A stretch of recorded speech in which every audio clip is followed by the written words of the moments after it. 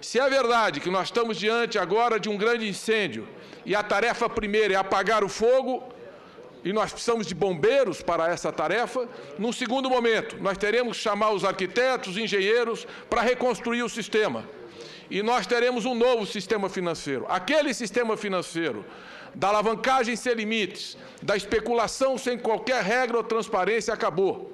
Nós estamos vivendo o nascimento de uma nova economia, de um novo tempo, de um novo sistema financeiro e o fim de uma era. Agora, se há esperança nesse processo, haverá dor, muita dor, porque essa crise atingirá os mais pobres, atingirá todos os países, ainda que com intenção, com profundidade diferenciada. A resposta a essa crise tem que ser necessariamente uma resposta global. E não há na história do capitalismo nenhum momento onde nós tivéssemos tanta coordenação de política econômica como estamos tendo nesses dias. Não só a redução sistêmica organizada das taxas de juros, mas também a construção de importantes pacotes de socorro financeiro que nós estamos vendo nas últimas horas. A reunião do G7, a reunião do Banco Mundial e do FMI, a reunião do G20, que foi iniciativa do governo brasileiro, por sinal, muito apropriada, porque nós temos que estar nos fóruns das grandes decisões, permitiram o início de uma coordenação macroeconômica muito importante para amenizar a evolução da crise.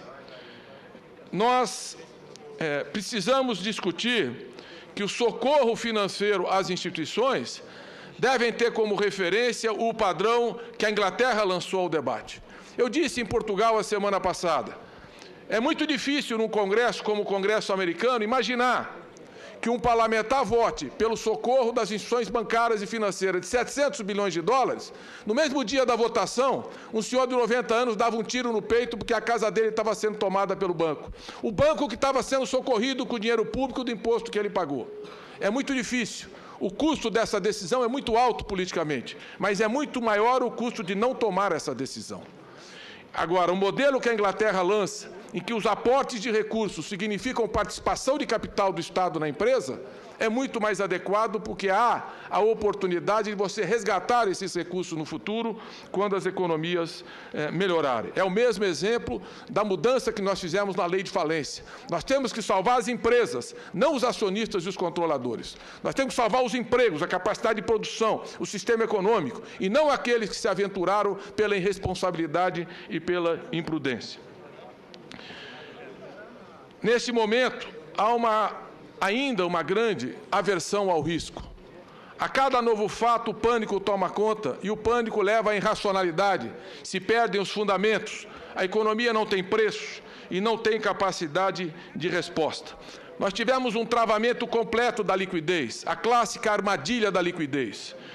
O sistema bancário não consegue destravar os seus mecanismos, a crise de confiança, há um empossamento da liquidez, e para isso era preciso governabilidade sistêmica, e as medidas que começam a ser tomadas contribuíram decisivamente, especialmente as últimas medidas da Europa.